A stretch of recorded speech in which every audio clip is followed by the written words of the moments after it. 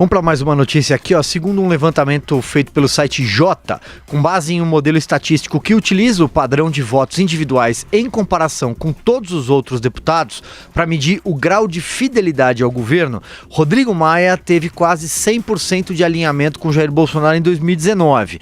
O presidente da Câmara ficou praticamente todo o ano passado com 100% de concordância em relação à orientação da liderança do governo, alcançando o índice máximo no levantamento, que varia entre 0 e 1. Em 2019, Maia passou o segundo semestre inteiro com o índice de 1, o grau mais alto, de adesão ao governo, pelo que eu estou entendendo aqui do levantamento. Esse mesmo levantamento revela que a petista Gleisi Hoffmann é a maior opositora ao presidente da Câmara. Gleisi terminou o ano passado com um índice de 0,11. Na média, a presidente do PT raramente fica acima de 0,15, segundo essa ferramenta. A deputada Tabata Amaral, do PDT, falamos dela agora há pouco, é a parlamentar que ocupa uma espécie de centro de forma mais consistente, de acordo com o levantamento. No índice de adesão ao governismo de 0 a 1, Tabata fica ali em 0,5% no meio do caminho.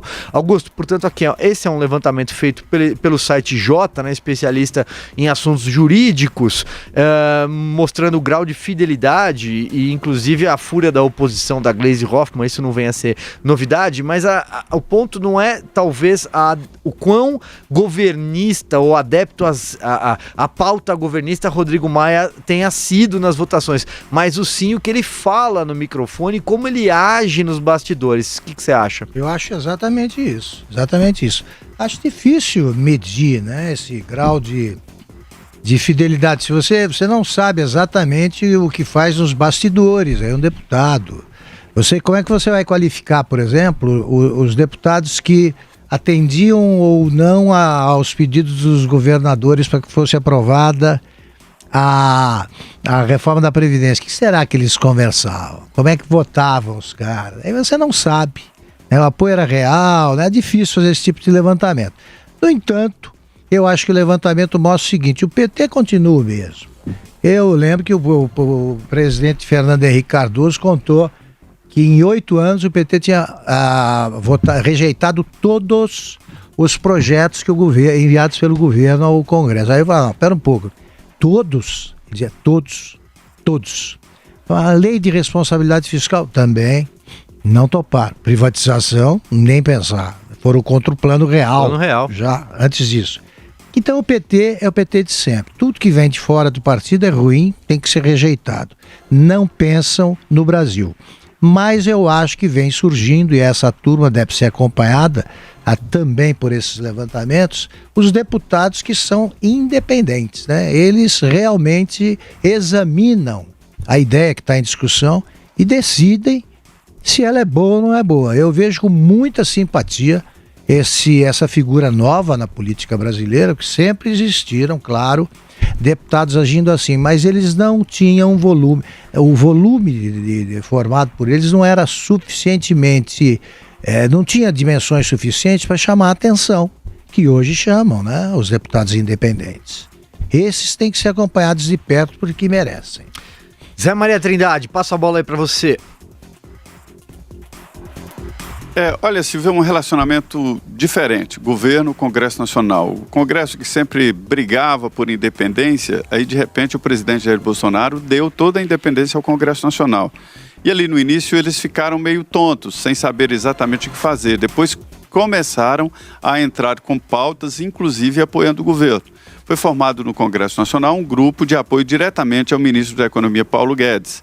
O entendimento ali desses partidos do Centrão e dos partidos, principalmente do presidente da Câmara, é de que Paulo Guedes, aí é pensar que o realista é ser mais realista do que o rei, é dizer que o Paulo Guedes seria muito mais certo do que o presidente Jair Bolsonaro.